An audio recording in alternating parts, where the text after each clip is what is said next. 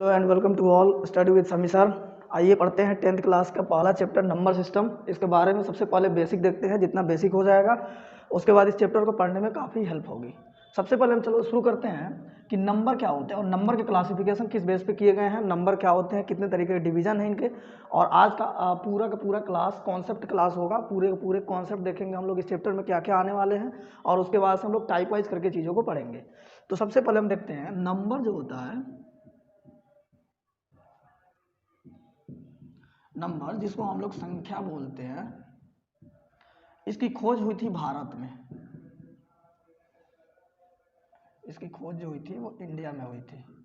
Number को divide किया गया, संख्या को विभाजित किया गया कितने भागों में। सबसे पहले इसको मेन रूप से दो भागों में बांटा गया, जिसमें से सबसे पहला जो भाग होता है संख्या का, इसको हम लोग बोलते हैं वास्तविक संख्या। दूसरा होता है अवास्तविक संख्या। क्लासिफिकेशन ऑफ नंबर हम बता रहा है, ये नंबर है। क्लासिफिकेशन ऑफ नंबर, सबसे पहले मेनली नंबर को दो पार्टों में डिवाइड किया गया है। सबसे पहला होता है वास्तविक संख्या, अंग्रेजी में इसको बोलते हैं रियल नंबर, और इसको बोलते हैं इमेजिनरी नंबर।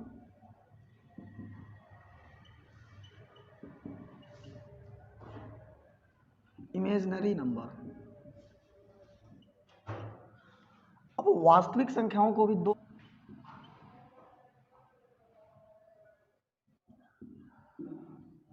दूसरा होता है अपरिमेय संख्या। इसको हम बोलते हैं इरेशनल नंबर।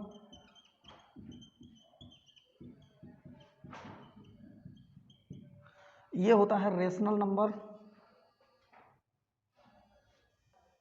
हाँ, तो सबसे पहले नंबर को दो पार्टों में डिवाइड किया गया है, रियल नंबर और इमेजिनरी नंबर। और रियल नंबर के दो पार्ट होते हैं, एक होता है रेशनल नंबर, एक होता है इरेशनल नंबर।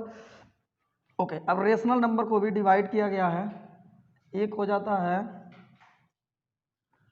इंटीजर, पूर्णांक हो जाता है, और ये हो जाता है भिन्न, भिन्न संख्या।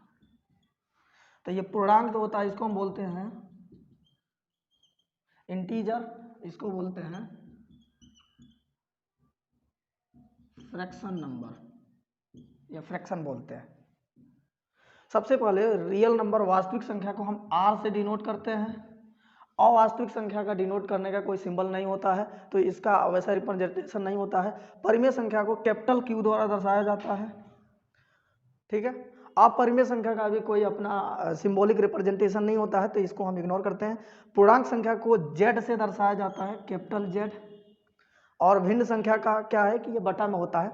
अब हम आते हैं एक एक करके, और यहाँ से हम आगे बता दें कि यहाँ से पूर्णांक संख्या के भी बहुत सारे अलग अलग क्लासिफिकेशन होते हैं। जितने भी ऑड, इवन, कंपोजिट और तमाम तरीके के जो संख्या आते हैं, सब इसी से निकलते हैं। यहाँ से बहुत सारे अलग अलग क्लासिफिकेशन है नंबर के। तो एक तो हो गया तुम्हारा ऑड, ऑड नंबर, जिसको हम लोग विषम संख्या बोलेंगे। यहीं से हो जाता है इवन, तो यहाँ से हम बोलेंगे इसको सम संख्या। और इसके बाद से इसी में हो जाता है प्राइम,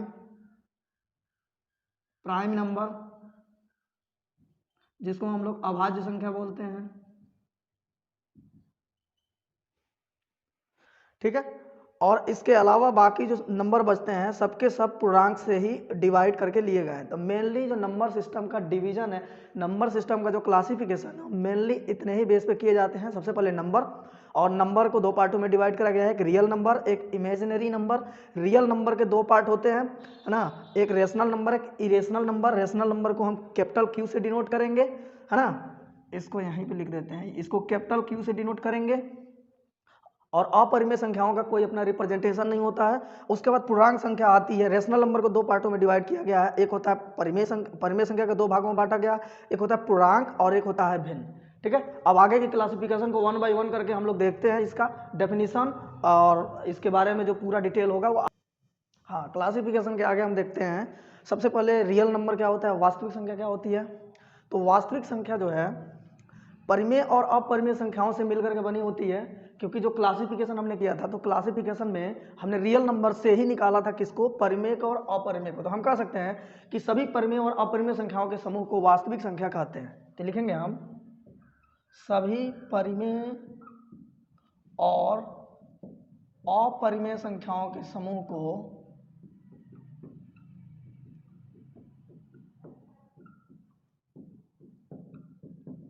वास्तविक संख्या कहते हैं।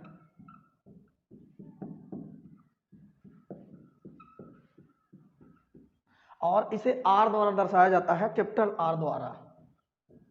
इसे कैपिटल R द्वारा दर्शाया जाता है।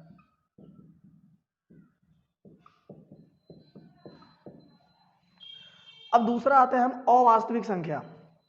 अवास्तविक संख्या का सबसे पहले बात तो इसमें कोई रिप्रेजेंटेशन एक नहीं होता है, जैसे इसमें R होता है ना, इसमें कैपिटल Q होता है, इसमें Z होता है, और बाकी का कोई सिंबॉलिक रिप्रेजेंटेशन नहीं होता। तो सबसे पहले हम अवास्तविक संख्या क्या होती है इसको हम देखते हैं, है ना। अवास्तविक संख्या को हम देखते हैं। अवास्तविक संख्या को पहचानने का सबसे अच्छा तरीका ये है कि वैसी संख्या जो जिसका वैल्यू रूट में हो और नेगेटिव हो। जो भी संख्याएं रूट में होंगी और नेगेटिव होंगी, बोलोगे √-7 बिल्कुल अवास्तविक संख्या है। रूट में कुछ भी हो और अगर नेगेटिव संख्या है तो उसको हम कहेंगे कि वो अवास्तविक संख्या है। तो हर रूट में नेगेटिव वाली संख्या अवास्तविक संख्या की श्रेणी में आती है। तो मान लो -10 लिख दिया, √-100 ले लिया, या अंडर हम माइनस का 1000 या कुछ भी ले लिया, ये सब के सब अवास्तविक संख्या है। शर्त ये है कि रूट में नेगेटिव नंबर जब आए तो उसको हम लोग अवास्तविक संख्या बोलेंगे।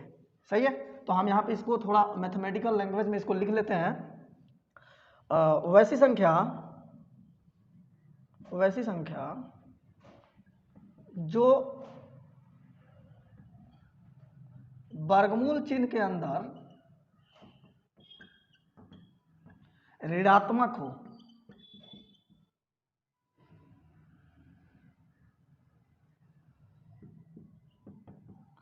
अवास्तविक संख्या कहलाती है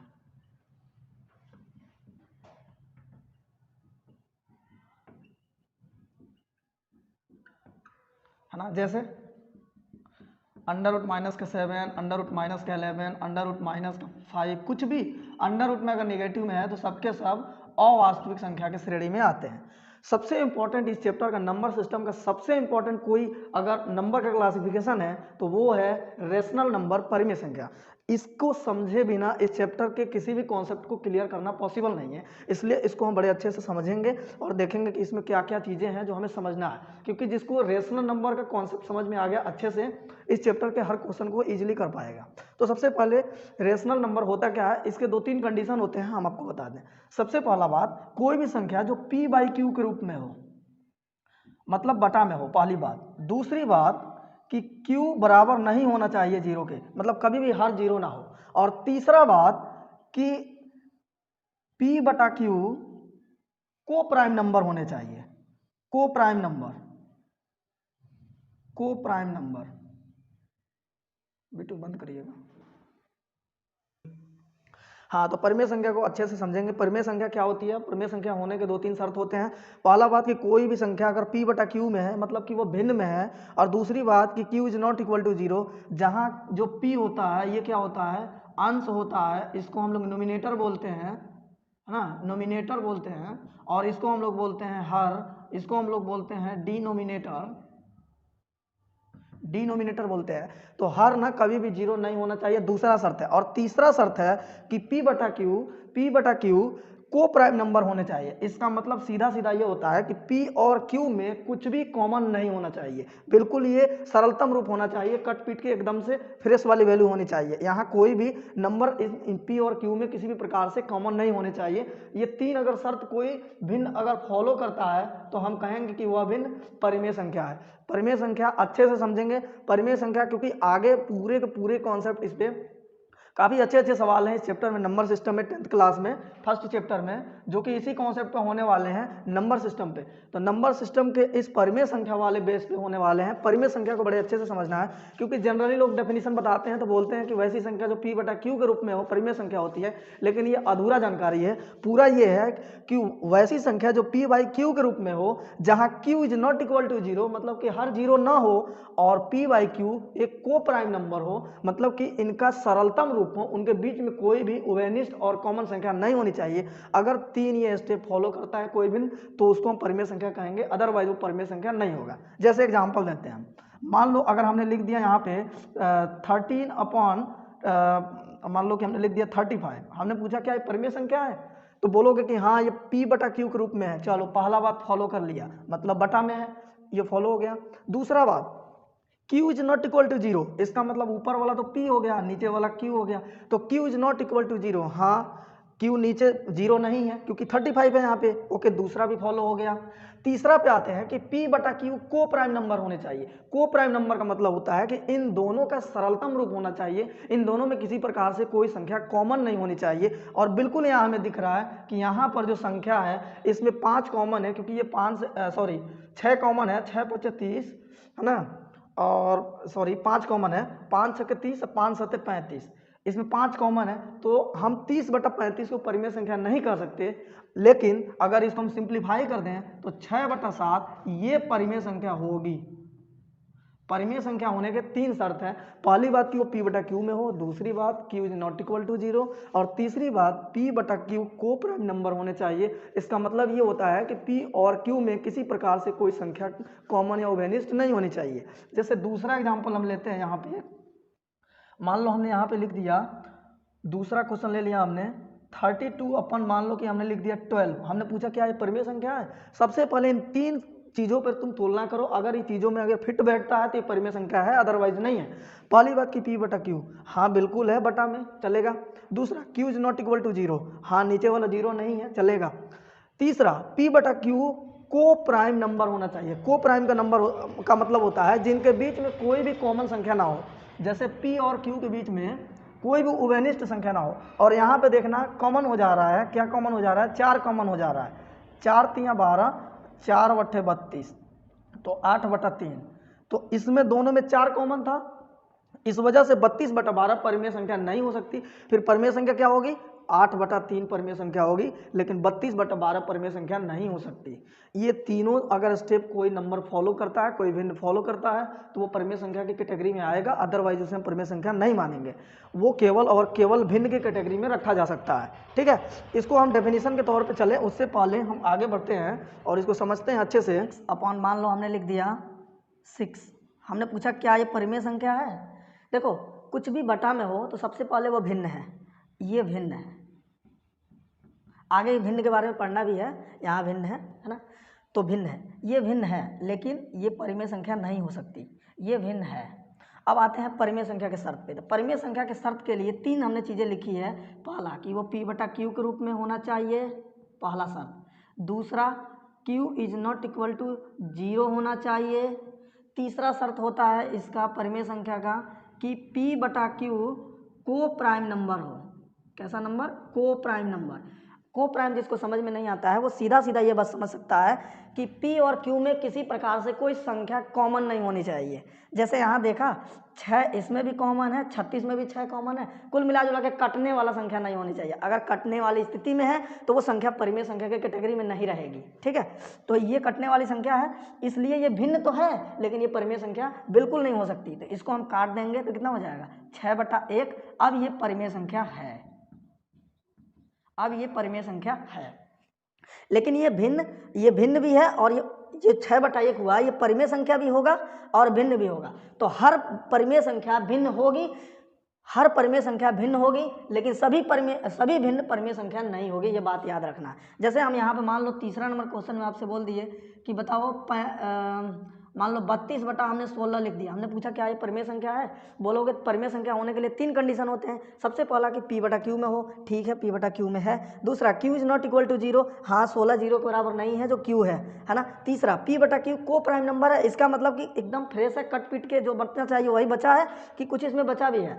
तो हम देख पा रहे हैं यहाँ पे कि 4 से ये यहाँ पे इसमें 4 कॉमन है, इसलिए ये को प्राइम नंबर नहीं हो सकता। अगर ये को प्राइम नंबर नहीं है तो ये परिमेय संख्या की कैटेगरी में बिल्कुल भी नहीं हो सकता, है ना। तो इसको हम कहेंगे कि ये भिन्न तो है लेकिन ये परिमेय संख्या नहीं है। तो फिर परिमेय संख्या कैसे होगा, तो 4 से काटो, 4 बटा 32, है ना। 8 से काटो, बल्कि इसमें 8 कॉमन हो जा रहा है, 8 चौका 32, 8 दूना का 16, अरे 16 से ही कट जा रहा है ये तो, 16 कम 16, 16 दूना का 32। तो फाइनली जो 2 बटा 1 होगा ये परिमेय संख्या हो सकता है, बट 32 बटा 16 परिमेय संख्या नहीं होगा, इस बात को ध्यान रखना है।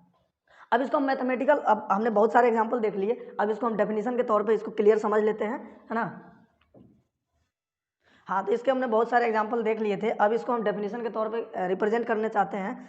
तो सबसे पहले हम देखते हैं परिमेय संख्या को मैथमेटिकली कैसे हम इसको प्रूव करेंगे, कैसे इसको हम डिफाइन कर सकते हैं। तो हम इसको लिखते हैं वैसी संख्या जो p बटा क्यू के रूप में हो, वैसी संख्या जो p बटा क्यू के रूप में हो तथा q is not equal to 0 और p बटा क्यू एक सह अभाज्य संख्या हो, को प्राइम नंबर हो, एक सह अभाज्य संख्या हो।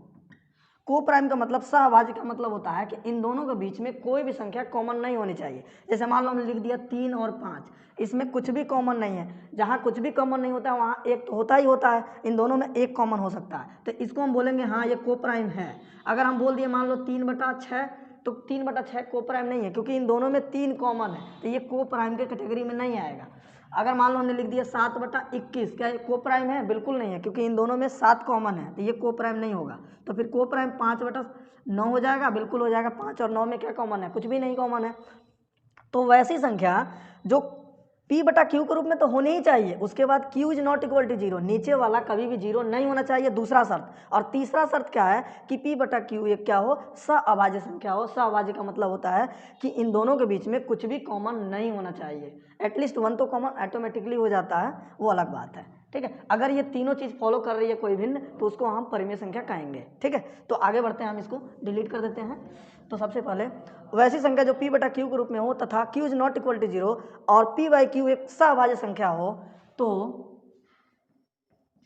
उसे परिमेय संख्या कहते हैं, तो उसे परिमेय संख्या कहते हैं। और परिमेय संख्या को कैपिटल Q द्वारा दर्शाया जाता है, ये बात याद रखना है, इसे कैपिटल Q द्वारा दर्शाया जाता है। तो अगर हम बोलें कि क्या, जैसे एग्जांपल हम लिखना चाहें, अगर हम पूछ रहे हैं कि क्या 5 एक परिमेय संख्या है, तो बोलोगे कि 3 शर्त होने चाहिए, तीनों शर्त बताइए। तो पहला शर्त है कि वो p बटा क्यू के रूप में होनी चाहिए संख्या, दूसरा शर्त है कि q is not equal to 0 होनी चाहिए, और तीसरा शर्त है कि p बटा क्यू एक क्या होना चाहिए, सह अभाज्य संख्या होना चाहिए, को प्राइम नंबर होना चाहिए, को प्राइम। तो देखना यहाँ पे बोलोगे कि p बटा क्यू के रूप में कहाँ है ये, देखो जहाँ कुछ भी ना हो वहाँ एक तो मान ही सकते हैं, तो p बटा क्यू हो गया कि नहीं, पहला फॉलो हो गया। दूसरा बताओ q is not equal to 0, नीचे वाला 0 है क्या, नहीं है, इसका मतलब दूसरा भी फॉलो हो गया। तीसरा में आ जाओ, p बटा क्यू को प्राइम है, ये बताओ 5 और 1 में कॉमन कुछ है, कुछ भी कॉमन नहीं है। वैसे जनरल तौर पे कुछ भी जब कॉमन ना हो तो ऑटोमेटिक एक कॉमन होता ही होता है, तो हम इसको बोलेंगे कि हाँ ये परिमेय संख्या है। दूसरा एग्जाम्पल लेते हैं, अगर हम बोल रहे हैं 3 बटा 7 क्या परिमेय संख्या है, तो बोलोगे कि परिमेय संख्या होने के 3 शर्तें होती हैं। पहला कि वो बटा में हो, p बटा क्यू में, हाँ है बटा में। दूसरा शर्त है कि q is not equal to 0, नीचवा वाला कभी 0 नहीं होना चाहिए, हाँ ये 0 नहीं है। तीसरा शर्त होता है कि p बटा क्यू ऐसी संख्या हो जिसमें कुछ कॉमन ना हो। बताओ 3 और 7 में कुछ कॉमन है, कुछ भी नहीं है, कुछ भी नहीं है तो एक होता ही है, एक को तो इग्नोर करो, एक को छोड़ो, एक के अलावा कुछ और कॉमन नहीं होना चाहिए। तो क्या 3 बटा 7 में कोई और संख्या कॉमन है, तो नहीं है। इसका मतलब ये तीनों स्टेप को फॉलो कर रहा है, और वैसा भिन्न जो इन तीनों स्टेप को फॉलो करे वो परिमेय संख्या के कैटेगरी में रखा जाएगा, तो बिल्कुल ये परिमेय संख्या है। एक और एग्जांपल लेते हैं, मान लो यहाँ पे हमने लिख दिया 15/25। हम पूछ रहे हैं क्या ये परिमेय संख्या है? कुछ नहीं करना है, तीनों स्टेप को फॉलो करो। सबसे पहले P/Q, हाँ ठीक है, फॉलो हो रहा है, बटा में है। दूसरा Q is not equal to 0, हाँ 25 है, नीचे 0 नहीं होना चाहिए, चलेगा। तीसरा P/Q को प्राइम नंबर, को प्राइम का मतलब कि इन दोनों में कुछ कॉमन नहीं होना चाहिए, और हमें पता है कि 25 और 15 में 5 कॉमन है, इसलिए ये परिमेय संख्या की कैटेगरी में बिल्कुल भी नहीं हो सकती। ठीक है, तो इसको हम लोग किस में रख सकते हैं? तो कोई भी, इसको हम भिन्न में रखेंगे, लेकिन ये परिमेय संख्या में नहीं होगी। ठीक है, तो अगर इसको हम काट दें, इसको अगर हम काट दें तो कितना हो जाएगा देखना यहाँ पे, तो 5 तिया 15, अब 5 पचे 25। अब जो 3/5 आएगा ये परिमेय संख्या होगी, ये परिमेय संख्या होगी, लेकिन 15/25 परिमेय संख्या नहीं होगी। फिर 15/25 क्या होगी? 15/25 भिन्न होगी, लेकिन 3/5 परिमेय संख्या भी होगी और भिन्न भी होगी। तो कहने का मतलब यह है कि जितने भी परिमेय संख्या होती हैं सब भिन्न होती हैं, लेकिन जरूरी नहीं है कि जो संख्या भिन्न हो वो परिमेय संख्या हो, ऐसा शर्त जरूरी नहीं है। तो हम बोले कि अब 5/1 भिन्न है, हाँ बिल्कुल है, 5/1 भिन्न में माना जाएगा। ठीक है, 3/7 भिन्न है, हाँ भिन्न है, और परिमेय संख्या भी है। क्या ये भिन्न है? हाँ ये भिन्न है, लेकिन ये परिमेय संख्या नहीं है। परिमेय संख्या होने के लिए इसको सरलतम रूप में होना चाहिए। सरलतम रूप का मतलब होता है कि एकदम, मतलब कि इसमें दोनों में कुछ भी कॉमन नहीं होना चाहिए, और यहाँ पे 5 कॉमन है, इस वजह से इसको हम परिमेय संख्या की कैटेगरी में नहीं रख सकते।